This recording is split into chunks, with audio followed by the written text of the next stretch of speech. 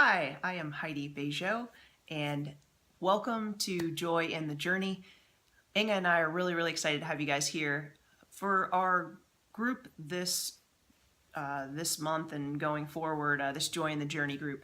We want you to have joy in this journey, and we want you to know it is a journey. It's not, a 1 or 2 week quick fix kind of thing. And because of that, Inga and I decided that it would be prudent to take some time and really talk about kind of reviewing what's happened in the past and getting some vision and some goals for what's happening in the future. So I know the post from yesterday, Inga put up a great testimonial about how just really taking, 10 or so minutes the night before to plan out your day really gives you that focus and drive to actually accomplish what you want to, instead of just, pinballing through the day, bouncing off things that come up, to have some intention in your day and to really live your priorities. I mean, she had a great example of, normally she'd just kind of keep banging on that snooze button and probably would have just drifted right through the time frame,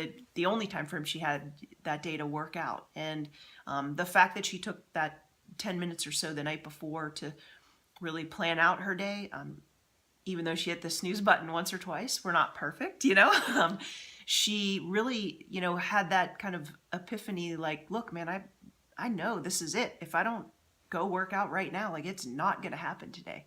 And so, first off, I just want to compliment her. She's been struggling to beat the snooze button, and so I'm proud of her because she's making progress there. And I'm not saying anything to all of you in this video that she wouldn't say either. So, and I think she actually had it in her post. So proud of you, sister, for that. But what I want to talk about today, and we're going to do this in several parts, this whole planning and execution is really important to make some lifestyle changes. And that's what when we talked about this group, we said specifically, we're not making New Year's resolutions here. That's not what this is about. We are here to make long-term lifestyle changes. And that takes more intention, that takes more planning, and more discipline, and all that stuff works together. So what I want to talk about today is, before we really look ahead, sometimes the best thing to do is kind of take a look at the past and get that boxed up and packaged and put away. And that's a really important, for a lot of people, that's a really important part. It's hard to look, sometimes we have to really process that past before we can then look to see what's ahead. So what I'd like to start with is just, I'd love you, if you have a journal or just grab a notepad, whatever, if you don't, but I want you to think about this stuff. So think back on this past year, on 2016, and what were your goals? Line them out. Just jot them down on a piece of paper. Like, what were your goals for this past year? Maybe you didn't go through a formal process, but we all have something in mind. I mean, we all kind of know what, to some level, what we wanted to accomplish, and think about that from multiple levels. I mean, think about that personally. What individual goals did you have for yourself? Whether it be with work and family or your health or whatever, what kind of goals did you have in your relationships with your children, with your spouse or your partner? And again, you might not have had goals in all of these. I'm just throwing out some examples, in your job, in your, did you have a student loan payment that you were, hoping to pay off by the end of the year? Did you have some credit card debt? Whatever that is. So think about 2016, think about this past year, and really just take a moment to just line out what your goals were for that year. Then what we'd like to do, and what I'd like you to do, is just think about the year and reflect on the year from a couple of perspectives. And there's a few different ways you can do this.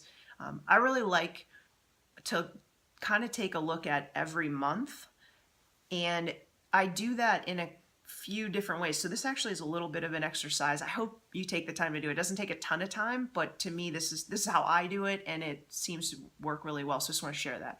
So what I do is just kind of take a piece of paper and I just write out, January, and then I'll go back in my calendar and I look at the month of January.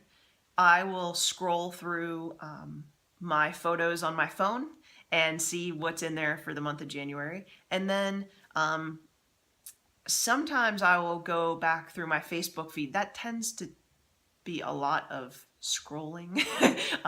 Depends on how often you post, but that's another option if you want. But I definitely kind of look through my calendar, and it's pretty easy to back out far enough in the photos on my phone to then just re-enter in January and kind of see what happened, what was going on. So I do that for every month.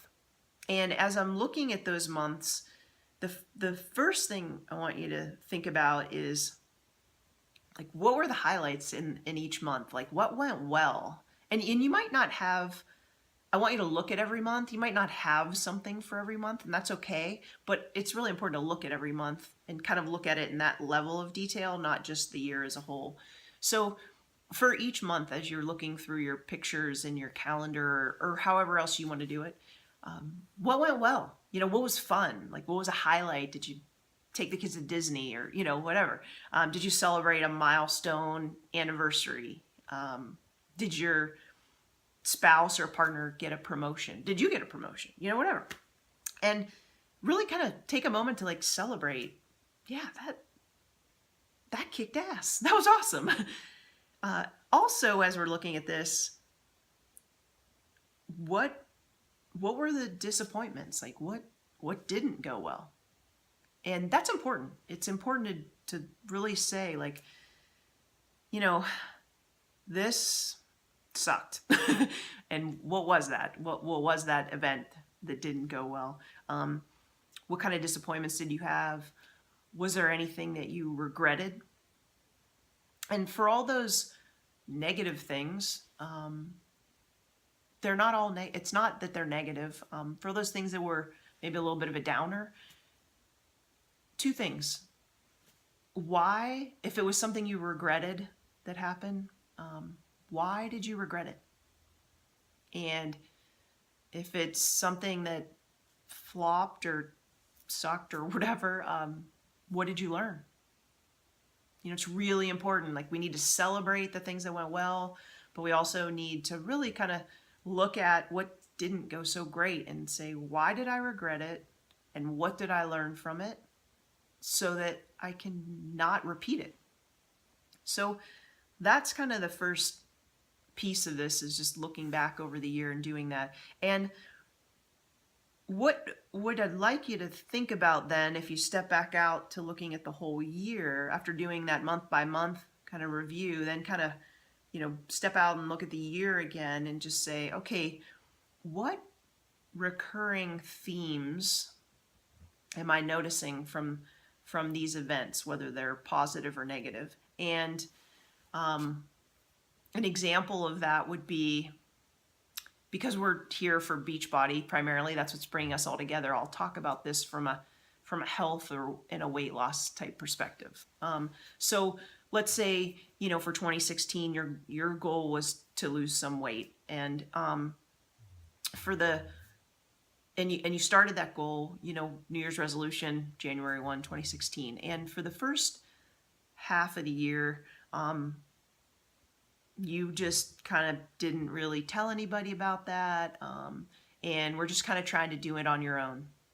And as you look back in that first half of the year, you realize that, I really didn't lose any weight, or I lost minimal, maybe over a 6-month period, you lost a few pounds, but nothing near what your goal was. Then the second half of the year, you either joined a group like this, you got engaged with Beachbody workouts, and you found a workout program within Beachbody that connects with you, that, one of the trainers that you like their style or their types of workouts. You got linked in with an accountability group like this Healthy Habits group, this Joy in the Journey group. And then once that happened, last half of the year, maybe in the last 6 months of the year, you lost 18 pounds or 24 pounds or whatever. So if you look at that, if we step back and look at the year as a whole, what didn't go well is I'm not good at working out on my own without a support system. What did I learn? I need to find workouts that motivate me, that inspire me. But more importantly for me, I need to have people around me, even if it's online in a forum like this. I need some type of support around me, helping me be more accountable. So that's what you learn, and that's what well, and that's what didn't well. So that's what we want to do first, is kind of look at the year and really reflect on it. What went well? What didn't go well? What do I regret, and why do I regret it, and what can I learn? And then how can I take those broad themes or lessons from last year and turn those into a strength for this year? Okay, that's what we're going to hold off on. We're going to stop there for now. And again, we'll be building on this over time. But first is reflection back on 2016 and celebrating the wins. It's important you build some momentum. Some things went well last year. I know they did. Some things you kicked ass in last year. I'm sure of it. You guys are all awesome human beings. So I know there were some bright spots there. And then again, identifying the stuff that was not so good and what kind of themes you learned about yourself and how we are going to play those into planning this year and turn things around. So if you have any questions, please comment below and or reach out to your coaching, and I'd be happy to talk with you about that. And we will build on this in a future segment. Thanks so much. You guys have a great day. And remember, HealthBet.